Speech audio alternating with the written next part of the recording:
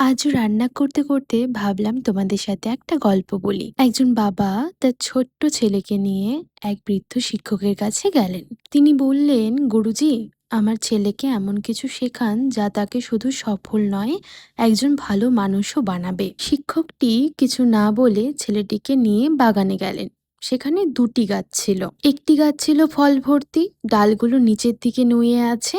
আরেকটি গাছ ছিল অনেক উঁচু, কিন্তু তাতে একটাও ফল ছিল না। শিক্ষক জিজ্ঞেস করলেন, বলো তো কোন গাছটা তোমায় বেশি ভালো লাগছে? ছেলেটি বলল, যেটাতে ফল আছে, কারণ ওটাই সবার উপকারে আসছে। শিক্ষক মৃদু হেসে বললেন, দেখেছো, যে গাছের মধ্যে যত ফল সে তত বেশি নত হয়, আর যে গাছের মধ্যে কিছুই নেই সেই শুধু মাথা উঁচু করে দাঁড়িয়ে থাকে। এই ছোট্ট গল্পটার মধ্যেই লুকিয়ে আছে জীবনের সবচেয়ে বড় মূল্যবোধ। আসলে আজ আমরা সবাই সফল হতে চাই, অনেক টাকাও চাই, সম্মানও চাই, পরিচিতিও চাই, কিন্তু একটা প্রশ্ন কি কখনো নিজেকে করেছি? আর সেটা হলো, ভালো মানুষ কি হতে চাই?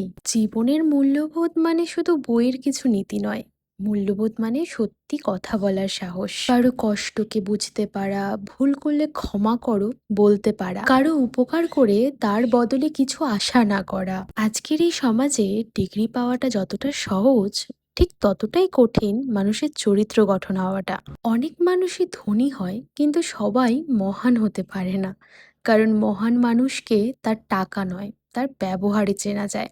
আচ্ছা, একবার ভেবে দেখো তো, তোমার চলে যাওয়ার পর মানুষ কি বলবে? মানুষ কি কখনো এরকম বলে ওর অনেক টাকা ছিল? নাকি মানুষ এরকম বলে যে ও খুব ভালো মানুষ ছিল, কখনো কাউকে কষ্ট দেয়নি, সব সময় মানুষের পাশে দাঁড়িয়েছে?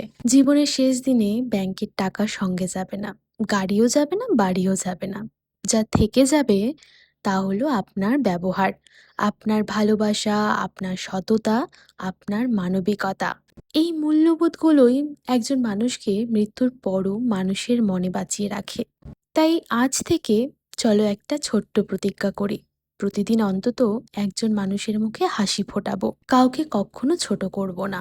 যারা গুরুজন ব্যক্তি, যারা বয়স জ্যেষ্ঠ, তাদের সম্মান করব, ছোটদেরও স্নেহ করব, আর নিজের সফলতার সঙ্গে সঙ্গে নিজের চরিত্রকেও সুন্দর করে গড়ে তুলব। কারণটা কি বলতো?